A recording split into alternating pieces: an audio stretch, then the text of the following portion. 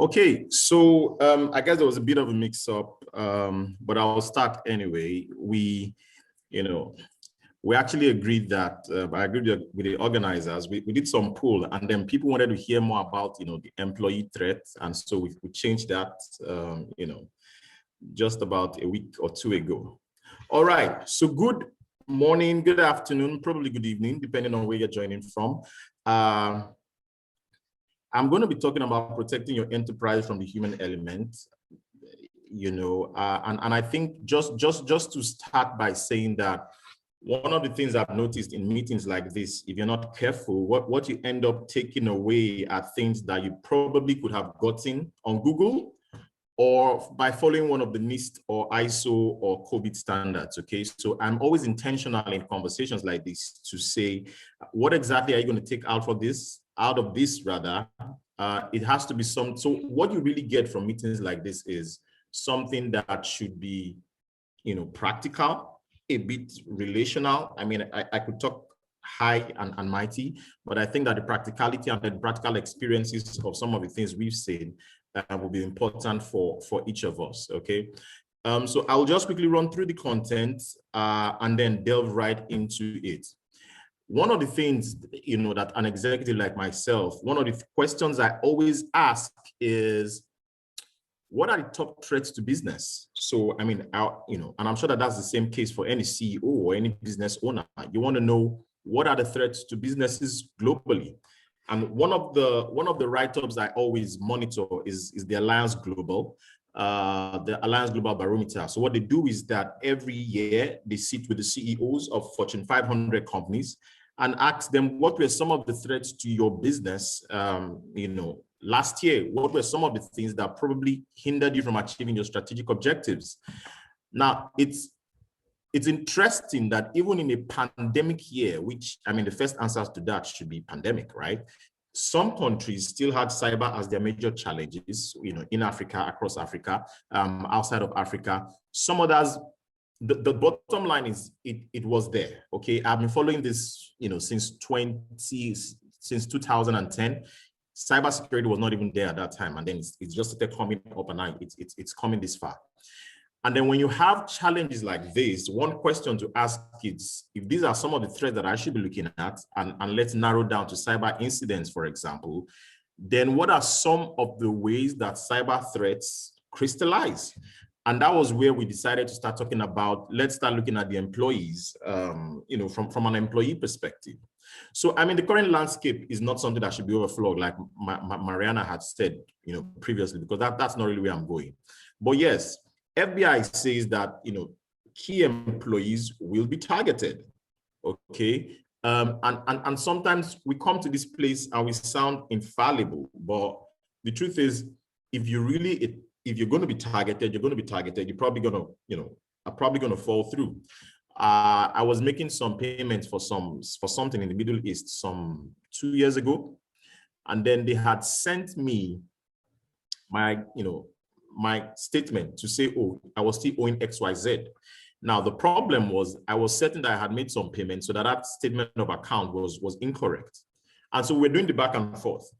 And so I said, hey, can you update this and send me an updated statement of accounts? And so they sent it to me. And then I clicked on it, and then boom, all the alerts in the office just started screaming.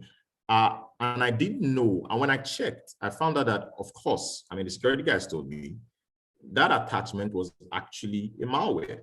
How was I supposed to know? I had read the whole email. I checked every single thing. The mail thread, right, was there.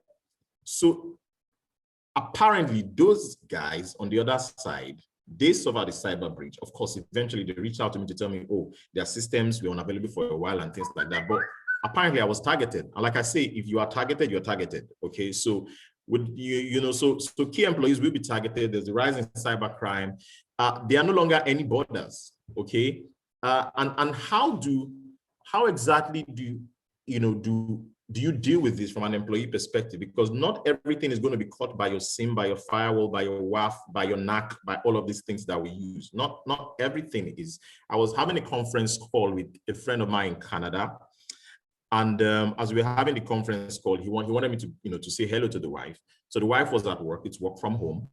And so when he took the phone to her, I noticed she was working on her laptop, but she was tired. And so she put her head down. Now, when she put her head down, a lot of people still have sticky notes on their laptops, on their screens. And when she put her head down, I just saw her sticky note there with the username and password. And when he took the phone away from there, I told him, I said, this is your wife's username and password. And he was stunned. And I said, it's on her screen. And just in 5 seconds, her username and password has moved from Canada to Africa in 2-3 minutes. So the boundaries really do not exist. I'm trying to rush now because of time, because there's one of the things Nishan told me, he wanted me to give a real life scenario. The ease to cyber tools, it's what it is. It's everywhere. And when you hear things like, oh, people do fall to malware scams or phishing scams, these are not things like click on this link to be a millionaire. No. Like I just told you my example, these are targeted and very crafty and intelligent ways of doing things. I mean, we heard about what happened with the CFO, how 𝐸𝐻𝐼𝑆's case went. Okay, so I want to run us quickly through something that happened during Christmas. A friend of mine came around to visit. She's the group head of HR for a very massive multinational. I think they have presence in about 16 African countries. Something that happens, in their Nigerian operations is the biggest operation. So something had happened, and she came to ask me exactly how she was going to handle it. Now, background. An employee had gone to put certain things on his WhatsApp status that she felt posed a cyber risk to them. Now, they had not, now they are manufacturing. If you are in this part of Africa, you would know that, manufacturing, hospitality, you don't pay as much attention to security like, the financial services industries do, okay? So this is manufacturing. So they didn't have a lot in place from a governance perspective for security. And so she wanted to know, what exactly should I do to manage this type of situation? So I will just run through exactly, I didn't put the screenshots here because I wasn't sure what to show, but I'll run through exactly what the WhatsApp status of this guy was. I put it in buckets. And so just follow me with the story. Okay. So you know the way your WhatsApp status is. And he starts by saying, it will end up in praise. Now, if you're from Nigeria, we're pretty religious people here. All right, so it will end up in praise. So first slide, next. And then he starts the story. Brothers and sisters, I work with, he put the name of the company, XXX. We were sent a mail about our end of year party with the CEO, and that the CEO will address us, okay? We thought they would be adding to our annual Christmas package. Now, he mentioned all the things on the package: a bag of rice, 2 chicken, 5 liters of oil, 1 million naira, bonus, Christmas bonus, okay? And then, just the way you click on your WhatsApp and you see next. Next thing he puts is, then we got to the party very excited because we had not seen because of COVID, and the moment came. The MD came and announced that we will no longer have rice, chicken, or oil, and our bonus will be based on management discretion. He now says, watch next slide for my offer letter.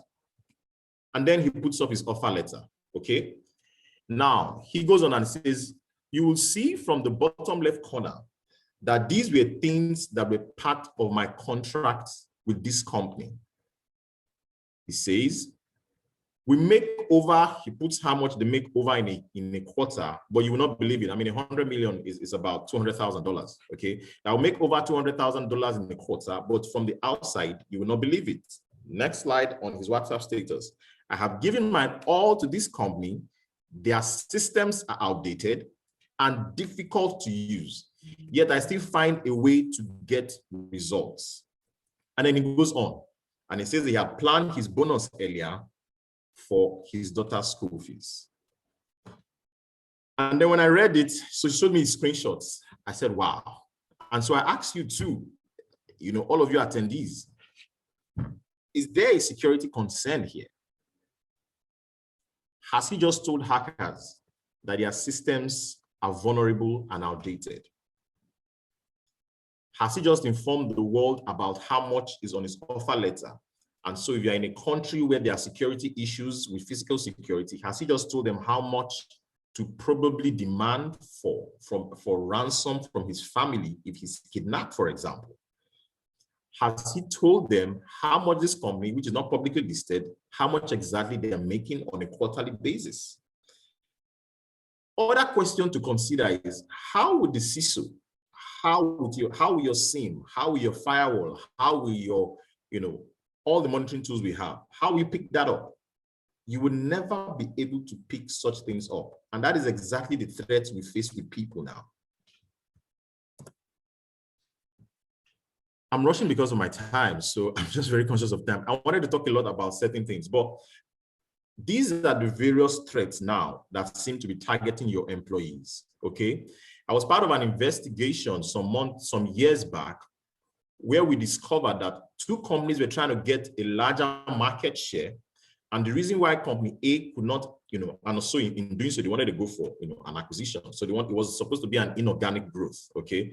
But the reason why one particular company was able to get the deal sealed was because there was some espionage that happened with their employees. I just can't go into the details now because of time. I want to talk, however, about rogue Wi-Fi, because in this part of Africa, Wi-Fi seems to be a big deal, okay? I mean, I was talking to some of my colleagues in the UK office, in my UK office, before COVID, and it's probably not too much of a deal there. But Wi-Fi here is a big deal. It's even used for, competitors use it to say, oh, we give free Wi-Fi, you don't give free Wi-Fi, they give free Wi-Fi, you don't give free Wi-Fi. And so everybody's connecting to Wi-Fi. And I was able to show them, and I'm sure a lot of you know with your aircrack and all of those tools, it's just easy for you to replicate the Wi-Fi, right? And then on plain text, begin to see what people are doing. Shoulder surfing is one that has actually become very worrisome because it's not necessarily about you being in the office anymore. Okay, there's that threat, you being in the office, so some people have screen. It's actually about you being in other places. A colleague was telling me, well, not a colleague in my so maybe I should talk about a friend. So, but I work in another company. He's the head of security, and they had a breach 3 months ago. How did this happen? What actually happened was because the system administrator was working from home, the CEO needed some password to be reset, okay? Now, the system administrator was actually in the supermarket at that time because, they're working from home. So he was in the supermarket at that time. And so when he got the call that he needed to reset the CEO's password, he was in the supermarket. And so what he did was he called his other colleague over the phone and said, do this, reset it, put it to this, put it to that, not knowing that people beside him actually, apparently somebody from their head. And so they were actually able to use that information against the company. What are some of the things I think we need to drive? Because I'm actually conscious of my time. One, I think that people need to be categorized in organizations. We talk a lot about assets and have all your servers, all those things categorized, have your critical assets and all those things. People actually do need to be categorized because the impact of one person falling to a phishing scam is different. Well, let me say it like this. The impact probably of a level 1 falling to a phishing scam, that impact is different when a director falls into a phishing scam. Multi-factor authentication cannot be overemphasized right now. It's just a need to have. You just need to have it now because it's so easy to lose your password now. So it's not even a conversation that can be had. You need to be able to simulate incidents because, as we know now with security, it's no longer a case of if, it's a case of when. So you need to be able to have multiple simulations that are able to tell you, if this happens, what do we do? What do we do, for example? How do we know what our employees are sharing on social media? If somebody shares something wrong, what do we do? If we suffer a malware attack, what do we do? If we suffer, ransomware, what do we do? There has to be those conversations. You need to be careful what you put on social media. Remember, the statistics say that 80% of what are used in spear phishing attacks are actually data that are collected from what you have voluntarily shared on social media. And there has to be consequence management, okay? Now, a lot of our organizations, okay, when we do our phishing simulation with all these other vendors and you're trying to be sure that the employees are proactive and understand that you shouldn't, click on phishing emails for XYZ. If you notice, the employees that we always end up sending queries, they are the junior guys. The CFO, the CSO, the CMOs, you're never going to give them any query. And guess what? They are the ones who will not come for your awareness sessions. They are the ones who will not, probably even check your email. But they are your weakest link. So you need to be able to speak to senior management enough to be able to get consequent management up, down. What happened with Victor's case? It was the CFO who was the weakest link, and that's how they came in. I was called to do an assessment for a company a while back, because they had an incident, and the CEO wanted to know all my staff who actually clicked on that link. I want to know, and that it was so strange. And I said, you don't need a consultant for that. Your IT guys can just easily extract that for you. He said he doesn't know why. He has been asking for it for, I don't know what, 2-3 weeks, and then nothing was coming. They were saying the data was corrupted and all of that. When we got in, we found out that because the CISO himself was one of the people on the list of people who clicked on the phishing link, that was why the list never came out. So yes, so also awareness, and awareness. And I'll close like this. I mean, it really does come down to people, okay? It does come down to people. People will manage the technology you will get. People will improve on it. People will sabotage it, or people will completely ignore it. So don't ignore the people while you're investing in technology and processes, because at the end of the day, the technology will be managed by people, the processes will be adhered to by people. If the people are not aware and if the people do not know the right things to do, it's going to sabotage your whole system. Thank you very much. I hope I adhered to time. I tried to rush very fast. I kept my email there just in case you need to reach out to me. I'm always happy to have these conversations and to help. Back to you.